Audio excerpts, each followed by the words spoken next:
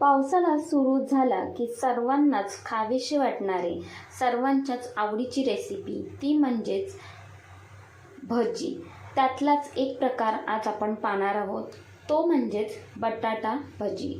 नमस्कार, सुहानीज किचनमध्ये आपले स्वागत आहे. आज आपण टम्म फुगलेले बटाटा भजी पाहणार आहोत. अजिबात सोड्याचा वापर न करता किंवा इनोचा वापर न करता एक साधी आणि सोपी ट्रिक पाहणार आहोत. ती साधी सोपी ट्रिक एकदा नक्की तुम्ही करून पहा.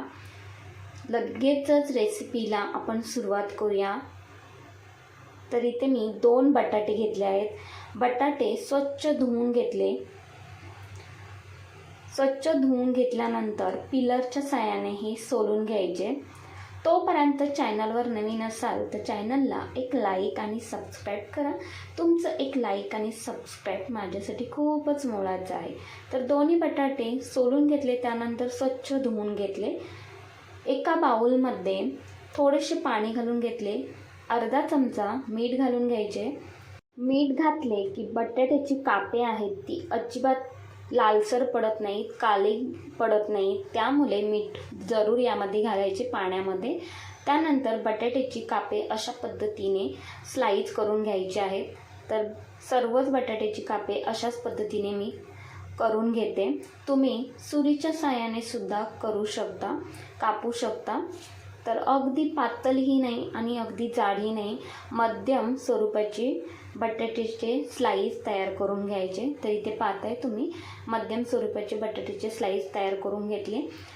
आता हे बटाट्याचे स्लाइस आपल्याला व्यवस्थित 2 ते 3 पाण्याने स्वच्छ धुवून घ्यायचे आहेत, कारण बटाट्यामध्ये भरपूर सारा स्टार्च असतो. 2 ते 3 पाण्याने स्वच्छ धुतल्यानंतर आता आपल्याला जी ट्रिक पाहिजे ती म्हणजे एक कॉटनचे कापड घ्यायचे आणि त्यावरती बटाट्याची जी कापे आहेत ती अशा पद्धतीने पसरवून ठेवायची. अशा पद्धतीने बटाट्याची कापे पसरवून ठेवली की यातले पाणी आहे ते पूर्णपणे निघून जाते आणि आपले बटाट्याची भजी आहेत ते व्यवस्थित असे तयार होतात. मस्त असे टम्म फुगले जातात. यासाठी ही ट्रिक नक्कीच तुम्ही करून पहा. तर इथे 5 ते 10 मिनिटभर अशीच ही कापे कापडामध्ये ठेवायची. त्यानंतर आपण पुढची तयारी करूयात.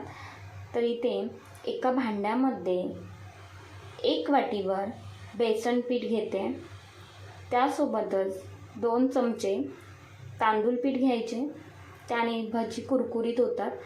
पाव चमचा हळद, पाव चमचा तिखट, पाव चमचा धना पावडर, चिमूटभर हिंग, पाव चमचा भाजलेल्या जिऱ्याची पावडर, अर्धा चमचा चिली फ्लेक्स, चवीनुसार मीठ घालून घ्यायचे. भरपूर सारी कोथिंबीर घालून घ्यायची. याने भजीला चव आहे ती खूप जबरदस्त येते. हातानेच इथे मी एकजीव करून घेते. तुम्ही चम्मचने एकजीव करून घेतलात तरीसुद्धा चालेल. थोडे थोडे पाणी घालून हे व्यवस्थित मिश्रण एकजीव करून घ्यायचे. तर खरंच अशा पद्धतीने भजी तुम्ही बनवलात नसाल तर एकदा नक्कीच भजी अशा पद्धतीने बनवून पहा. खूप जबरदस्त होतात आणि चवीला म्हणाल तर 1 नंबर होतात. तर थोडे थोडे पाणी घालून हे मिश्रण व्यवस्थित असे तयार करून घ्यायचे. तर आपल्या इथे व्यवस्थित असे मिश्रण तयार करून झालेले आहे. आता यामध्ये ओवा घालून घेते अर्धा चमचा. तर ओवा घालायचा मी विसरले होते, त्यामुळे इथे मी ओवा घालून घेते आणि चमच्याच्या साहाय्याने हे व्यवस्थित एकजीव करून घ्यायचे. व्यवस्थित एकजीव करून घेतल्यानंतर यामध्ये आपल्याला घालायचं आहे कडकडीत गरम तेल. तर 2 चमचे कडकडीत गरम तेल यामध्ये घालून घेते. त्याने भजी आपले मस्त तयार होतात. तर जरूर यामध्ये कडकडीत गरम तेल घालून घ्यायचे आणि हे व्यवस्थित एकजीव करून घ्यायचे. बॅटरची कन्सिस्टन्सी पाहताय तुम्ही, जास्त घट्टही नाही ठेवायची आणि जास्त पातळही नाही. तर चमचा उलटा करून पाहायचा अशा पद्धतीने आणि बोटाने असे फिरवून पाहिजे. बॅटर पटकन असे पडत नाही आहे. म्हणजेच आपले बॅटर व्यवस्थित असे तयार झालेले आहे. लगेचच भजी तयार करून घ्यायची आहे. त्यासाठी गॅसवरती तेल गरम करायला ठेवले आहे. गॅसचा फ्लेम मध्यम ठेवायचा. मध्यम आचेवरती भजी आपल्याला तळून घ्यायचे आहेत. एक एक बॅटरमध्ये बटाट्याचे काप आहे ते घोलून घ्यायचे अशा पद्धतीने आणि तेलामध्ये सोडून घ्यायचे. तर इथे पाहताय तुम्ही सर्वच भजी व्यवस्थित असे टम्म फुगत आहेत. अजिबात हे तेलकट होत नाहीत भजी. माझ्या पद्धतीने तुम्ही एकदा नक्कीच हे भजी बनवून पहा.